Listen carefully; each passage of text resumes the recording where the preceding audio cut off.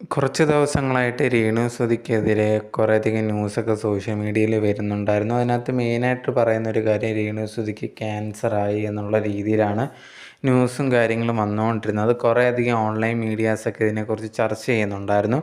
ആ സമയത്തൊന്നും രേണുസുധി ഇതിനെപ്പറ്റി പ്രതികരിക്കുകയോ കാര്യങ്ങളൊന്നും തന്നെ ചെയ്തിട്ടുണ്ടായിരുന്നില്ല. പക്ഷേ ആൾക്കാർ പറഞ്ഞൊരു കാര്യം എന്ന് പറഞ്ഞാൽ ഇതെല്ലാം സത്യമാണ് എന്നുള്ള രീതിയിൽ പറയും.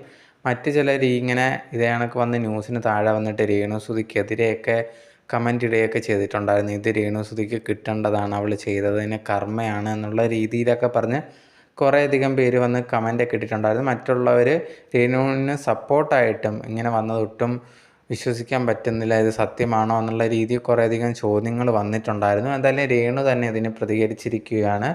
തനിക്ക് അസുഖങ്ങളോ കാര്യങ്ങളോ ഒന്നുമില്ല, തന്നെ പറ്റി കുറേയധികം അപവാദങ്ങൾ കുറേയധികം പേര് പരത്തിയിട്ടുണ്ട്. അതുപോലെയാണ് ഇത്. കുറേയധികം പേര് റിപ്പോർട്ടെന്നൊക്കെ പറയുന്നുണ്ട്. അങ്ങനെ ഒന്നും തന്നെ എനിക്കൊരു പ്രശ്നമോ കാര്യങ്ങളോ ഒന്നുമില്ല. അങ്ങനെ ഉണ്ടെങ്കിൽ ഞാൻ തന്നെ വന്ന് പറഞ്ഞേനെ. അല്ലാതെ ഈ വരുന്ന ന്യൂസും കാര്യങ്ങളൊക്കെ കള്ളമാണ് എന്നുള്ള രീതിയിലാണ് ഇപ്പോൾ രേണുസുധി തന്നെ ഈ ഒരു രോഗവാർത്തയ്ക്കെതിരെ പ്രതികരിച്ചിരിക്കുന്നത്.